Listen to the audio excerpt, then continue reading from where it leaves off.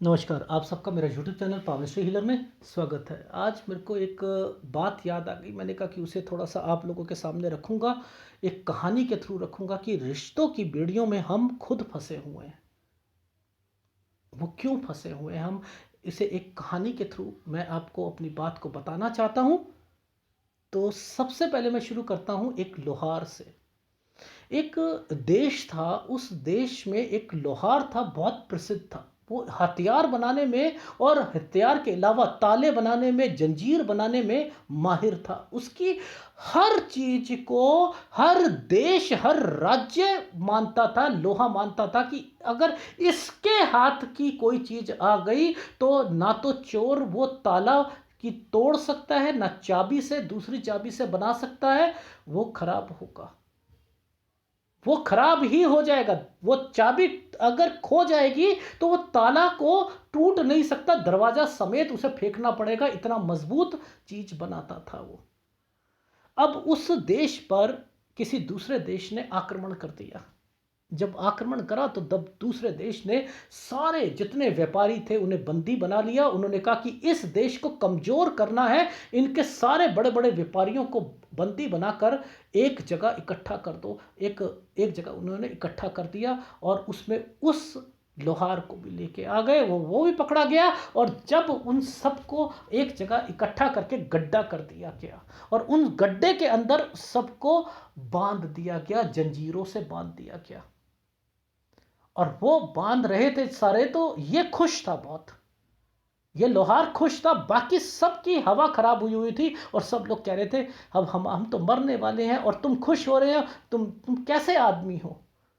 तो वो कहता तुझे पता है, इन्हें जाने दे, मैं तुझे एक चीज बताता हूं तुम सबको कि मेरे पे भरोसा रखो। मेरे को कितने सालों का एक्सपीरियंस है, मेरे पे भरोसा रखो। मेरा तो काम ही लोहे का है, ये जंजीरें मेरा क्या कर पाएंगी, ये कुछ नहीं कर पाएंगे। ये ताले मेरा क्या कर पाएंगे, जब मैं बना सकता हूं तो तोड़ने का जो है युक्ति भी मुझे मालूम है, वो युक्ति भी मालूम है।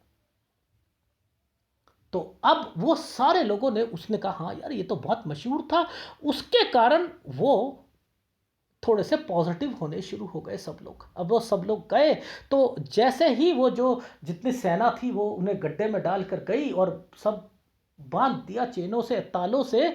तो ये रो रहा था उस कोने में जाकर, ये लोहार रो रहा था। तो सब लोगों ने कहा कि अरे भाई तू रो क्यों रहा है, तेरे कारण तो हम इतने पॉजिटिव हुए और तू रो रहा है।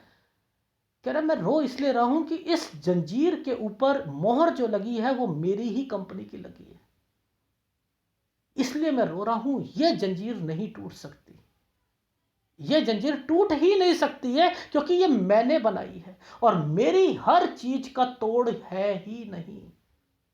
ये कौन सी जंजीरें हैं, उस व्यक्ति ने अपनी चीज बनाई हुई नहीं तोड़ सकता।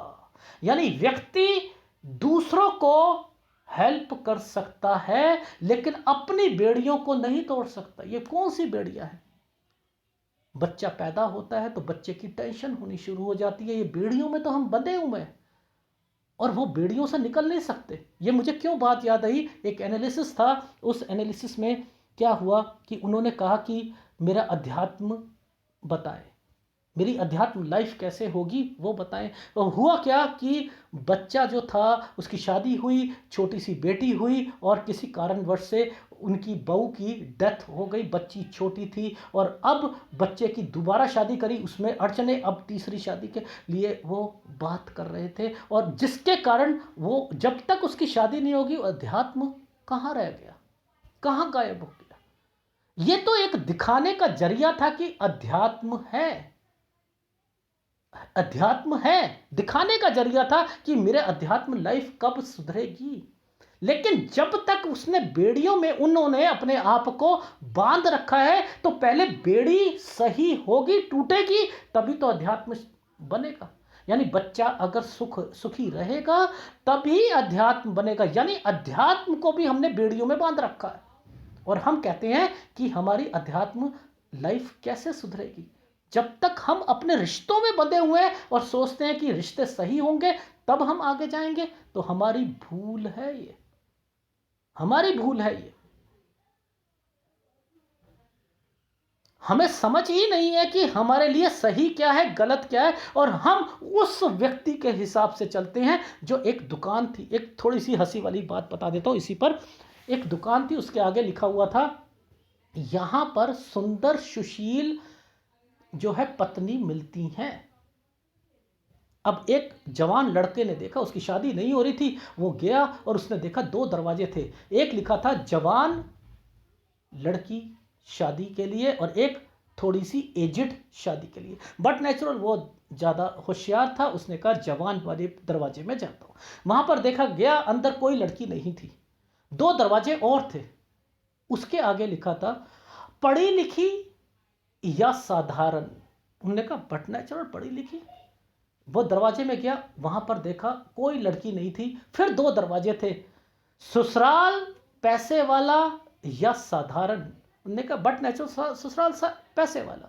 वो दरवाजे के अंदर गया, फिर उसने देखा कि वहाँ पे कोई नहीं था। फिर दो दरवाजे थे, और उसमें उसमें लिखा था कि बांझ। एक तरफ लिखा था, एक दरवाजे पे बांझ कि उसको बच्चा नहीं होगा, एक में बहुत बच्चे होंगे। कह रहा बांझ से अच्छा तो बहुत अच्छे हो, तो ठीक है। वो उस दरवाजे के अंदर गया, तो वहाँ पर फिर दो दरवाजे निकले, और वहाँ पर फिर आगे लिखा हुआ था डॉक्टर बच्चे, डॉक्टर इंजीनियर और साधारण जिंदगी जीना। हाँ, डॉक्टर इंजीनियर वाले, डॉक्टर इंजीनियर। वो दरवाजा खोला तो आगे शीशा लगा हुआ था, और वो बोलने वाला शीशा था। वो शीशे के सामने गया तो उसने कहा आपकी ख्वाहिशें बहुत ज़्यादा हैं, पहले आप अपना चेहरा देखें। आप अपना चेहरा देखें कि ये चेहरा आपको लगता है कि ये आपकी सारी मुरादें पूरी कर देगा। ये है हमारी सोच। हम अपनी सोच को इतना बढ़ाते जा रहे हैं, बढ़ाते जा रहे हैं, एक टेंशन से दूसरी टेंशन की ओर हम आगे बढ़ते जा रहे हैं, आगे बढ़ते जा रहे हैं। और हमें वो टेंशन जो है ना, वो दरवाजे पर दरवाजे खोलती जा रही है, और हम आगे बढ़ते जा रहे हैं, आगे बढ़ते जा रहे हैं। हमें समझ ही नहीं आ रहा कि हमने करना क्या है जिंदगी में, हमारा मकसद क्या है। हम बहुत बहुत ज्यादा दूसरों को सलाह देने में नंबर वन है हम, और हम समस्या को सोचते हैं कि हम सुलझा लेंगे। लेकिन एक छोटा सा अध्यात्म का जब वर्ड आया था, तो वो बच्चे के कारण अध्यात्म डिस्टर्ब्ड हो रहा था, और ज्ञान देने में हम नंबर वन रहते कि नहीं, हमारी हथेली में अगर ये रेखाएं नहीं भी हैं, तब भी हमारा परमात्मा साथ देगा।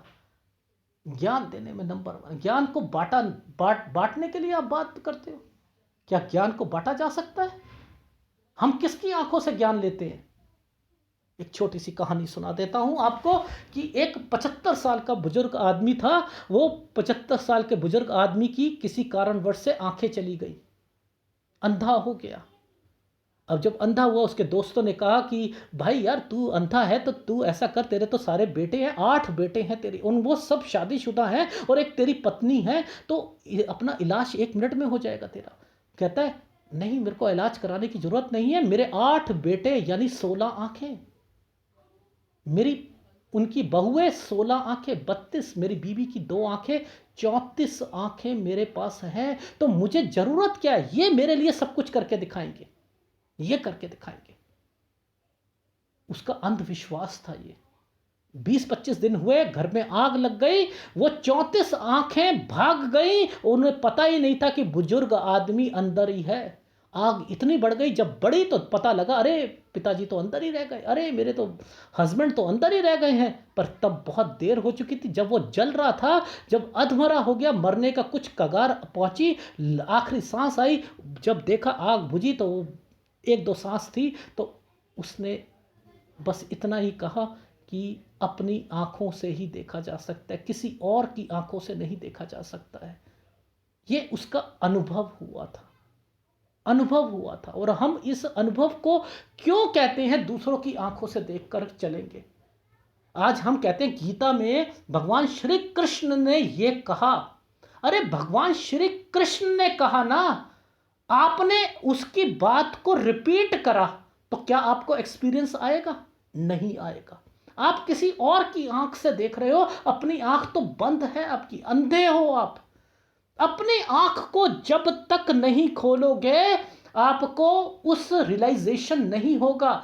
गॉड रियलाइजेशन से पहले सेल्फ रियलाइजेशन होता है। जब तक सेल्फ रियलाइजेशन नहीं होगा, गॉड रियलाइजेशन नहीं हो सकता है। फिर एक कहानी याद आ गई मुझको। एक आदमी गोवा में गया था। गोवा की समुद्र को देखकर वो इतना इतना खुश हुआ कि उसने कहा मेरी बीवी जो है वो अभी इस हालत में नहीं है, वो प्रेग्नेंट है, तो मैं ऐसा करता हूँ कि यहाँ की वादियों को एक संदूक में बंद कर देता हूँ। इस हवा को, इस समुद्र की हवा को, इस वादियों को, इस सूरज की जो जिस तरीके से डूबता हुआ है, इसको ऐसा लूंगा और इस संदूक में बंद करके एक चिट्ठी लिख दी अपनी बीवी को और भेज दिया किसी के हाथ में कि जा मेरी बीवी को दे के आ, वो भी ठंडक महसूस करेगी। और जैसे ही संदूक खोला उसमें से कुछ नहीं निकला। उसमें से एक लिखा था, मैं तुम्हारे लिए गोवा से जो है हवा भेज रहा हूं, एक वादियों की, इसकी ठंडक लेना। उसे कुछ मिलेगी? ठंडक मिलेगी? नहीं मिलेगी। ये जो ठंडक मिलनी थी ये उसका एक्सपीरियंस था, लेकिन वो संदूक पे जाकर वो केवल वचन बन गए, वो शब्द हो गए। वो औरत उसका फायदा नहीं उठा सकती है। ये हम दूसरों के लाइफ में जो है सलाह देना, दूसरों के किताबों से पढ़कर हम सोचना ज्ञान हमें आ गया, ज्ञान नहीं आता, एक्सपीरियंस से आता है, एक्सपीरियंस से आता है। किताबें जितनी मर्जी पढ़ लो, आप पामिस्ट्री की नहीं आएगा जब तक आप हजारों हाथ नहीं देखोगे, फार्मूले याद नहीं रखोगे, तब तक नहीं आएगा। तो जो हम बेड़ियों में, जो मेरा एक मेन मोटो था कि बेड़ियों में हम खुद ही फंसे हुए हैं। वो क्यों फंसे हुए हैं? हम चाहते हैं परमात्मा मिल जाए, हम चाहते हैं कि हमारी लाइफ सही हो जाए। समस्या हमारे सामने है और हम समस्या को सॉल्व करने के लिए बैठे हैं। फिर एक कहानी याद आ गई मुझे। एक दुनिया का सबसे बड़ा जादूगर था, दुनिया का सबसे बड़ा जादूगर, और उस जादूगर की सबसे बड़ी कमजोरी यह थी कि उसको कोई भी बेड़ियों में बांध नहीं सकता था। कोई भी बेड़ियों में, तालों में नहीं बांध सकता था। विद इन 30 सेकंड अपने ताले खोल लेता था। और जब पूरे देश में चक्कर लगा लिया, सारे देशों ने कहा कि यह टॉप लेवल का जादूगर है। इटली में गया था। इटली में जैसे ही गया, इटली वालों ने बड़े चालाक थे, उन्होंने क्या करा कि एक संदूक, बहुत बड़ा, एक बहुत बड़ा तहखाना रखा। उसने कहा कि इसके अंदर से आप निकल के दिखा दो, समुद्र के अंदर है। उसने कहा ठीक है, उसके अंदर रख दिया गया। और जब वो वापस ही नहीं आया, सब लोग देख रहे थे। उन्होंने कहा ये तो मर गया, मर गया, ये तो आ जाता है 30 सेकंड में, 1 मिनट, 2 मिनट, 4, 1 घंटा। जैसे ही 1.5 घंटे बाद निकला, हाँफता हुआ निकला, तो उससे पूछा गया कि क्या हुआ तुझे? कह रहा मेरे साथ चीटिंग करी। कह रहा इटली के लोगों ने मेरे साथ चीटिंग करी। क्यों? उन्होंने पूछा करा क्या? कहता है कि मैं वहां पर ताला देख रहा था, मैं वहां पर देख रहा था, कोई जंजीर लगी हो, वहां तो एक दरवाजा था, बस दरवाजा बंद था, वो तो था ही नहीं। मैं प्रॉब्लम को, मुझे मिलती तो ही तो सॉल्व करता, प्रॉब्लम तो थी नहीं वहां पर। और मैं प्रॉब्लम सॉल्व करने में नंबर 1 हूं। मैं ढूंढता हूं प्रॉब्लम को, प्रॉब्लम को ढूंढता हूं। वहां पर प्रॉब्लम नहीं थी, वो दरवाजा बस केवल उन्होंने क्या करा था, ऐसे ही बंद कर दिया था, खुला हुआ था दरवाजा।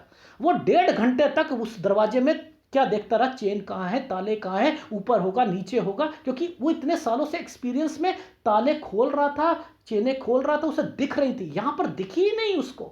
जिंदगी भी ऐसा ही है, प्रॉब्लम तो लाती रहेगी, दिखती नहीं है। और हम सोचते हैं प्रॉब्लम आएगी, उसे सॉल्व कब होगी, तब परमात्मा को पाएंगे। इसलिए कहता है मुझे धोखा दे दिया गया। और जैसे कहता है फिर बाहर कैसे निकला, कहता है जब मैं थक गया तो मैं जैसे ही दरवाजे पे मैंने मेरा सिर लगा, दरवाजा अपने आप खुल गया। तो वो तो दरवाजा खुला हुआ था। परमात्मा का जाने का रास्ता भी खुला हुआ है। लेकिन हम समस्याएं सोचते हैं कि जब तक सॉल्व होगी, बच्चा सब सही होगा, बहू सही होंगी, बेटी की शादी होगी, जब यहां पर मेरी शादी हो जाएगी, या आगे मैं अपनी पूरी लाइफ में जब बिल्कुल टेंशन होगी, हट जाएगी, तब मैं परमात्मा के रास्ते में जाऊंगा। नहीं जा सकते आप, नहीं जा सकते। समस्याएं कभी हल हो नहीं सकती। इसलिए जैसे मर्जी लाइफ हो, उसी टाइम पीरियड पे आपने भक्ति करनी है। ये बेड़ियां जो हैं हमारे रिश्तों की, हम उसमें खुद ही फंसे हुए हैं और हम सोचते हैं ये टूटेगी, ये सही होंगे तब हम भक्ति करेंगे। तो सबसे बड़ी कमी है हमारी। तो ये मैं अपनी बात को कहना चाह रहा था। मैं अभी भी बहुत कहानियां बता सकता हूं, मेरी आदत है। मेरे को टाइम टू टाइम सारी चीज़ें याद आती रहती हैं, फिर भी आपकी लाइफ में बहुत कुछ आपको बताऊँगा। तो मैं अध्यात्म में चीज़ों को लेके आया था कि वो व्यक्ति कह रहे थे मेरा अध्यात्म में तरक्की कब होगी? तो वो बच्चा जब शादी, मैंने कहा सर आपके बच्चे की जब शादी हो जाएगी आपका अध्यात्म भी बनेगा, क्योंकि चिन्ह बने हुए थे। वो डिस्टर्बेंस साथ में दे रहे थे, इसलिए बताया था। अगर आपको ये वीडियो अच्छा लगे तो प्लीज़ लाइक कीजिएगा, कमेंट ज़रूर कीजिएगा। धन्यवाद।